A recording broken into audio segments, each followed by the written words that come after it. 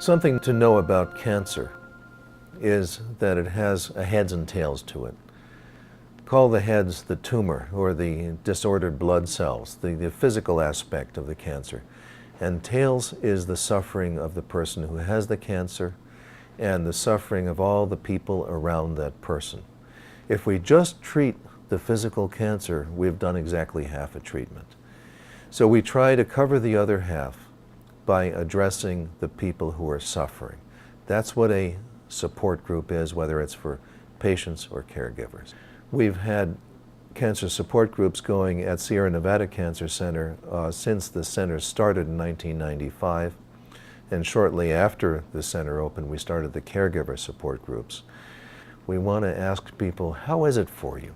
Tell us until we feel it. Whatever it was that was bothering me that week, I could tell it to the group, and every week I left the group feeling better. I felt uplifted, I felt supported, I felt connected to beautiful people, and I learned about Cancerland, and I learned how to maneuver through all the different challenges that cancer gives you.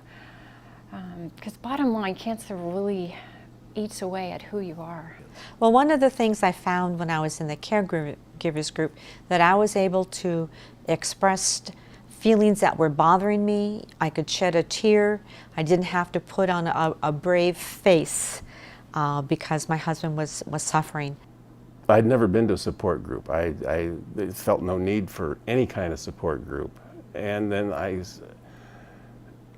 was not listening when I first went in.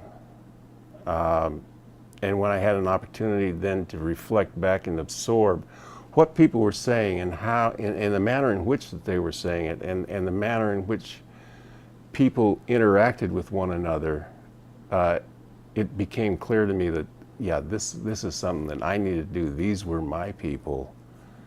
In 2006, when I was first diagnosed, a friend of mine suggested that I come to the support group on Wednesdays.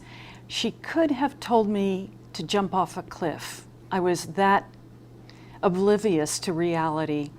And she mentioned the group on a Tuesday. Wednesday is when the group meets, and I was there. And I have rarely missed ever since. I just remember I was very down and out. I was at the bottom of a pit. I was scared. I felt very lonely. And I heard about a support group, and I thought, wow, maybe this is my last chance at survival. Since medicine couldn't help me anymore, what could help me? What could I do to keep on living? There's a spirituality about the communication that we have in the group that it's utterly astonishing. And if a person is wondering whether or not they need a support group, my thought on that is absolutely, you certainly do. I was a little hesitant to come to the caregivers group because I was at first kind of anxious.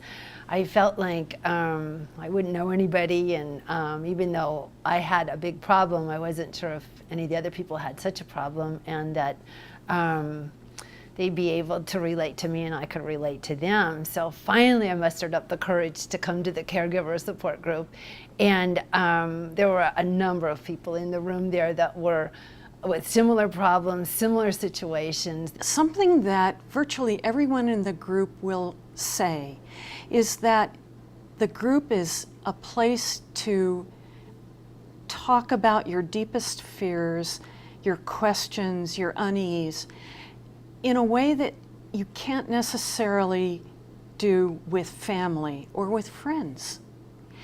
It's just that safe place, and you know that what you have to say is being interpreted properly, that everyone understands what it means to have cancer and all the ramifications of that and the effect it has on every facet of your life. The best thing that happened in the Kids Cope group that could help me cope with things that happened at home was we would make a lot of pictures and drawings that would allow my soul to kind of be expressed. and I really wasn't able to do that at home, but it helped me feel better when I got home. I find the atmosphere, it's profound because there's a level of trust, there's a level of honesty that is amazing.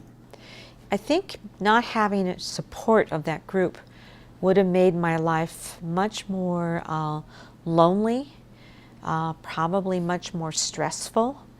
I found the group, while we talked about hard things, we also found time to laugh about things, and we could be, cry and laugh at the same time, and that made things better for me.